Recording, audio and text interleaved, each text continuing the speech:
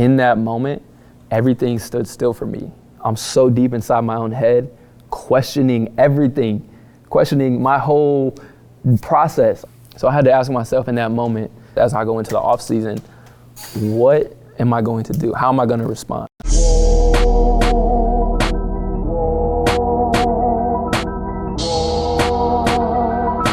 Gets that opportunity, and against the Pacers gets hurt, devastating injury.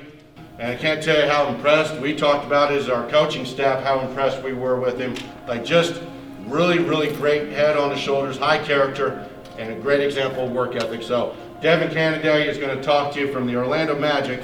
He's going to talk to you about his journey and some other things. It's like your coach said, there's been a lot of ups, there's been a lot of downs, and I think that's with anyone's journey. My thing is, how are you all going to handle those kind of situations? When adversity comes, are you going to fold? Are you going to start questioning things, make excuses, or you just take it for what it is? Use those opportunities as learning. I always viewed myself as one of the best players in the state. I was never rated as one of the best players in the state. I wasn't looked at as one of the top guys in Indiana. But I had that belief in myself. I said, I want to get to the NBA, and I told myself that at a young age. I went on visits to Purdue multiple times, just hoping that if I was in their presence, they would want to offer me, and they never did. IU never offered me Notre Dame. I lived literally 10 minutes from Notre Dame. Notre Dame never offered me. I took that and made those chips on my shoulder.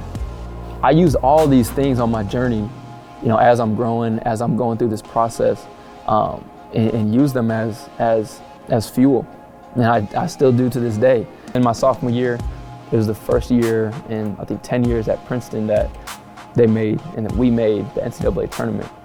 I was like, man, Steph Curry got his opportunity in the tournament. Everyone remembers when Steph Curry made his insane run with Davidson. I said, this is my opportunity to show everyone everything that I know about myself. I'm an NBA player. We drew Notre Dame, of course, right? And that's a school I wanted to go to my whole life. Grew up 10 minutes away from Notre Dame with 8 seconds left. Notre Dame misses a free throw, bring it down the court. I set a screen. I come back and I'm pick and pop with 4 seconds left, and the ball's in my hands. The ball's in my hands to knock Notre Dame out the tournament, to knock my home team out of the tournament, the team that didn't want to recruit me, offer me, all that. The shot goes up, and I'm confident. I'm like, I just hit the game winner, like the one shining moment, that's me. And it felt like the ball took like a minute to get to the rim. And it was just long. It bounced off.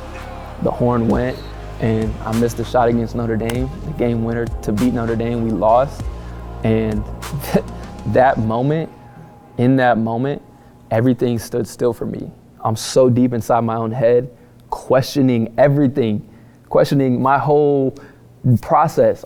So I had to ask myself in that moment, over that next 2 months, as I go into the off season, what am I going to do? How am I going to respond? I locked in and decided this summer was going to be the biggest summer that I ever had. I'm going to commit to lifting. I'm going to commit to, I want to be in a place where I can play against the best players.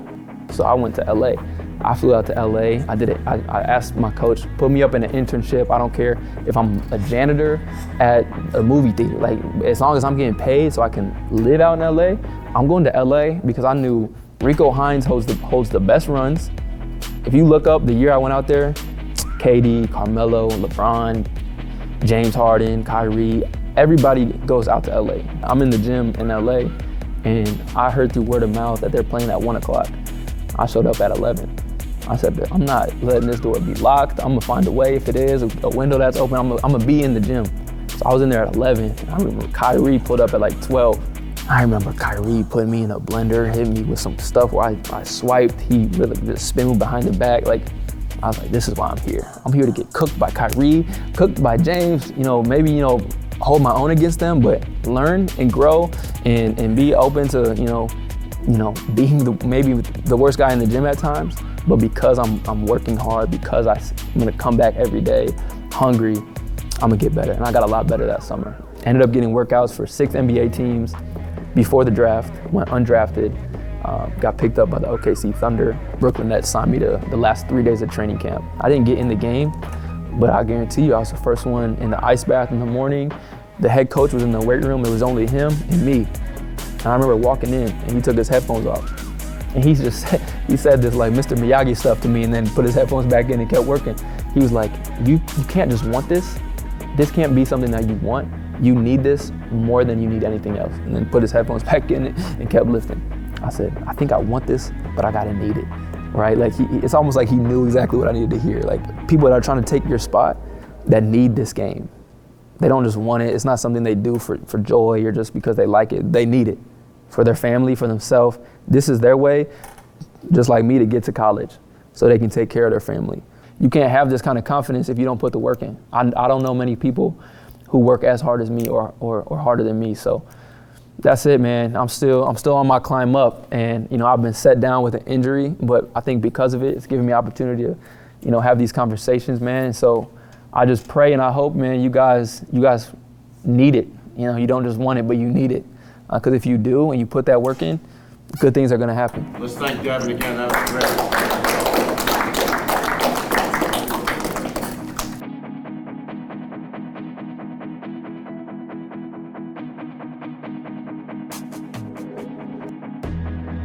This is every day. This is the week and a half that I'm at home. It's kind of my sanctuary. Spending time with my family is a big, important thing for me, but everyone has their own schedule. My mom's going to work, siblings in and out of school. My younger brother just graduated 8th grade.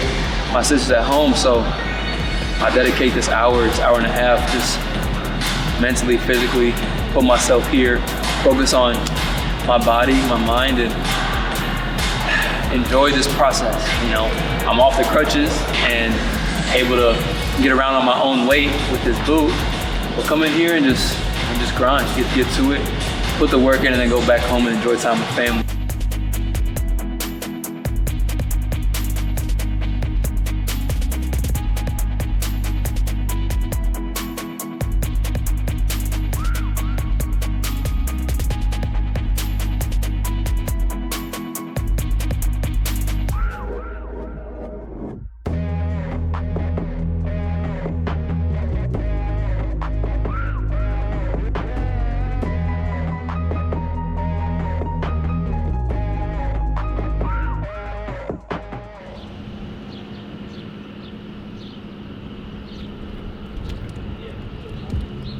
You see the years right here in terms of 1,000-point scorers.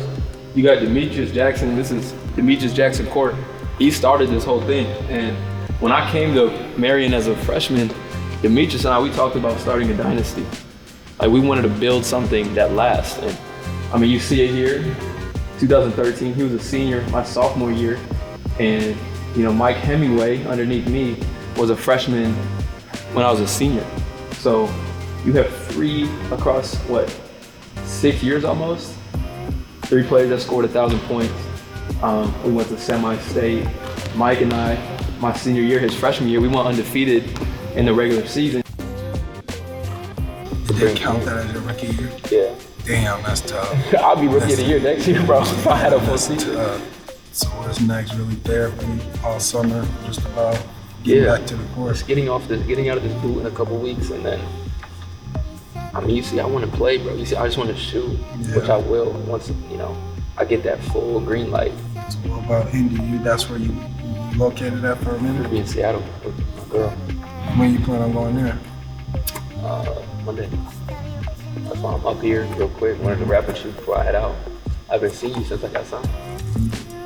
How long have you been here? It will be 19 years in July. He keeps this place spick and span. He does all the dirty work behind the scenes. I remember watching you right over there, watching you play on this court. I remember. Yeah. One hell of a good player. Yeah, so anytime I'm home and I need to get in the gym, who do you call?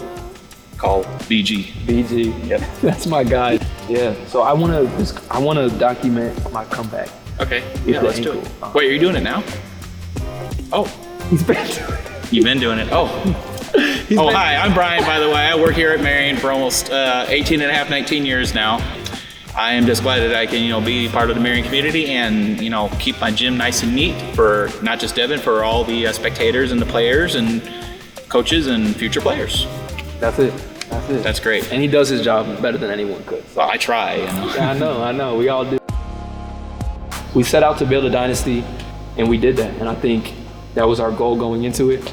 Demetrius and I, we have our Indiana All-Star jerseys hanging on the other side of the gym, and hopefully Marion continues to build that reputation of the best team in Northern Indiana, compete for a state championship every year, because they have the people to look to who've done it. So, man, every time I come home, every time I come back to Mishawaka, I have to stop by Marion. I sign my jersey. It says once a night, always a night. And it's just because I truly believe in the community that this place has built, brought me into the community and have loved me just for who I am, not for what I do. And so I come back here and I have nothing but love for Marion. And I just recharge when I'm home. When I'm home, I come here, I recharge, knowing that when I go out back on the road, it's grind time.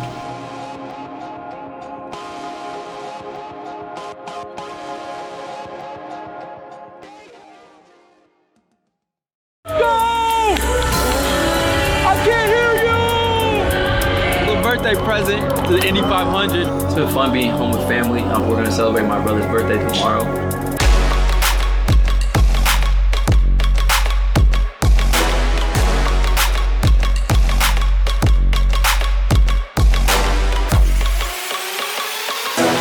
Definitely recharged, refueled, because once they let me out of that booth, it's going to be on. It's going to be on and popping.